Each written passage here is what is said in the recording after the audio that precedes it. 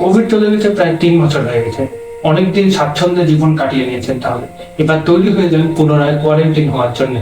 কারণ মার্কেটে চলে এসেছে এক নতুন ভাইরাস, যার মারণ হার কোভিডের থেকেও 7 গুণ বেশি। এই ভাইরাসের নাম ইমপক্স বা মাঙ্কি পক্স। অবাক হবেন না, মাঙ্কি বা বাদরই বলেছি, কিন্তু তা কেন তা জানতে ভিডিওটি দেখতে থাকুন।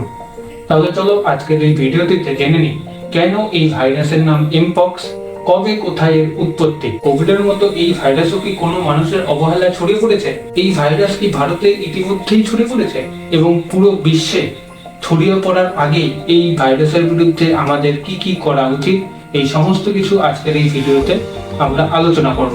তাহলে চলো শুরু করা যাক।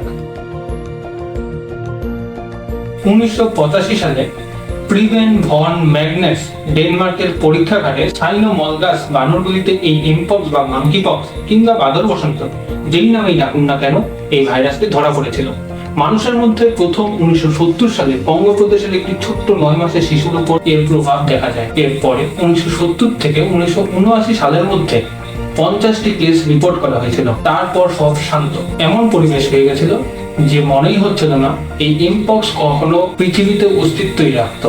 কিন্তু 2003 সালে পুনরায় আবার কিছু কেস লক্ষ্য করা যায়, কিন্তু 2022 সালে এই ইমপক্স আফ্রিকার বাইরে ছড়াতে শুরু করে। এভাবেই ইউএসএ, ইউরোপ, নর্থ আমেরিকা, অস্ট্রেলিয়াতে এর কেস লক্ষ্য করা যায় এবং 2024 সাল আস্তে আস্তে এটি একটি আউটব্রেকে পরিণত হয়। ইতিমধ্যেই বর্তমানে ইমপক্স এর কিছু কেস ভারতেও লক্ষ্য করা যাচ্ছে।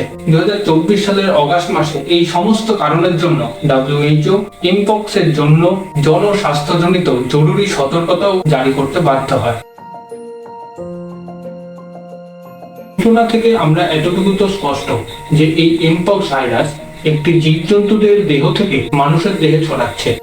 আসলে এই ভাইরাস আর কিছুই নয়, এটি হলো বাদরের শরীরে হওয়া বাদর বসন্ত ভাইরাসের একটি নতুন রূপ। এই ভাইরাসের ফলে আক্রান্ত ব্যক্তিদের কিছু বেসিক লক্ষণ লক্ষ্য করা যায়, যেমন জ্বর, মাথা ব্যথা, পেশিতে ব্যথা, ক্লান্তি এবং সম্পূর্ণ গায়ে ফুসকুড়ি দেখা যাওয়া। শুরুতে এই ফুসকুড়িগুলো শুধু চুলকালেও পরবর্তীতে চুলকানোর পাশাপাশি এটি প্রচন্ড ব্যথারও সৃষ্টি করতে পারে। যত দিন যাবে ততই বাড়তে থাকবে এই ব্যথা আর চুলকানি, এবং বিভিন্ন ধাপ পার হওয়ার পরে অন্তিম পর্যায়ে এই ফুসকুড়িগুলি গোল ক্যাবের আকার ধারণ করবে। শুরুতে এই ফুসকুড়িগুলি সাধারণত মুখ থেকে শুরু করে ধীরে ধীরে ছড়াতে থাকবে সম্পূর্ণ শরীরে। সাধারণত জ্বরের কিছুদিন পরেই এই ফুসকুড়িগুলি দেখা দিতে শুরু করে।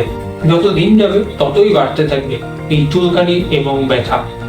শুরুর দিকে এই ভাইরাস প্রাণীদেহ থেকে মানুষের দেহে ছড়ালেও এখন বর্তমানে এই ভাইরাস মানুষের থেকেও মানুষের দেহে ছড়াচ্ছে।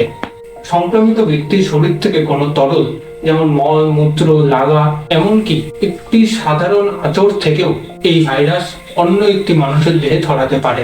এতটাই ডেঞ্জারাস এই ইমপক্স বা মাঙ্কি পক্স ভাইরাসটি।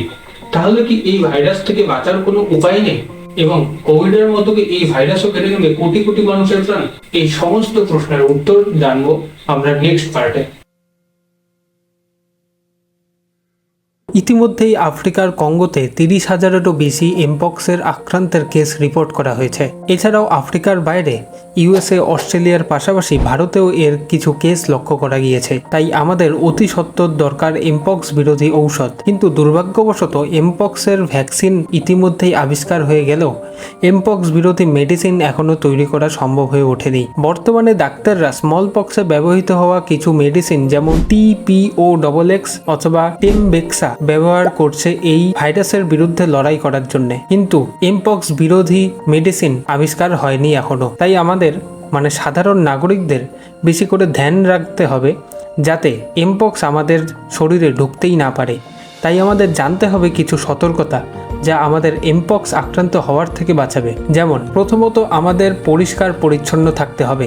খাবার আগে ভালোভাবে হাত ধুতে হবে, শুধুমাত্র এমপক্স থেকে বাঁচার জন্যই নয়, আরও অনেক জীবাণুদের হাত থেকে দূরে থাকার জন্য। দ্বিতীয়ত আপাতত কিছুদিনের জন্য ওয়েস্ট ও সেন্ট্রাল আফ্রিকাতে ট্র্যাভেল বন্ধ রাখতে হবে। তৃতীয়ত কোনো প্রাণীদের দেখে যদি এমপক্স আক্রান্ত মনে হয় তবে তাদের থেকে দূরত্ব বজায় রাখতে হবে। শুধু তাই নয়, আক্রান্ত মানুষদের থেকেও দূরত্ব বজায় রাখতে হবে। ভগবান না করুক আপনার বা আপনার ফ্যামিলির মেম্বারের সাথে এরকমটা হোক, কিন্তু তবুও যদি হয়ে যায় তাহলে সর্বপ্রথম তাকে বাকি সুস্থদের থেকে আলাদা রাখতে হবে এবং হসপিটালে ইনফর্ম করতে হবে। দ্বিতীয়ত, সেই ব্যক্তির সাথে ডাইরেক্ট স্কিন কন্ট্যাক্ট ব্যাহত রাখতে হবে এবং তার ব্যবহৃত জিনিসপত্র ব্যবহার করা চলবে না। ইতিমধ্যেই এমপক্সের ভ্যাকসিন আবিষ্কার হয়ে গেছে, যার নাম জেনিয়স। তাই বলে আমরা ইনফেক্টেড পশু বা মানুষের সংস্পর্শে আসবো তা নয়, আর যদি আসতেই হয় তাহলে সঠিক সতর্কতা অবলম্বন করে আসতে হবে, যাতে সেই প্রাণীর থেকে ওই ভাইরাস অন্য কোনো প্রাণীর দেহে প্রবেশ করতে না পারে। উপরে উক্ত 4টি পয়েন্ট থেকে আমাদের এমপক্স আক্রান্ত হওয়ার থেকে বাঁচাবে, কিন্তু হয়ে গেলে লুকিয়ে রাখবেন না এবং এটা ভুলেও ভাববেন না যে এটা একা একাই ঠিক হয়ে যাবে বা ঘরোয়া কোনো উপায়ে এই রোগ সেরে যাবে। তাই আপনাকে লুকিয়ে না রেখে হসপিটালে ভর্তি হয়ে যেতে হবে প্রথমেই, এবং সাহস হারানো চলবে না।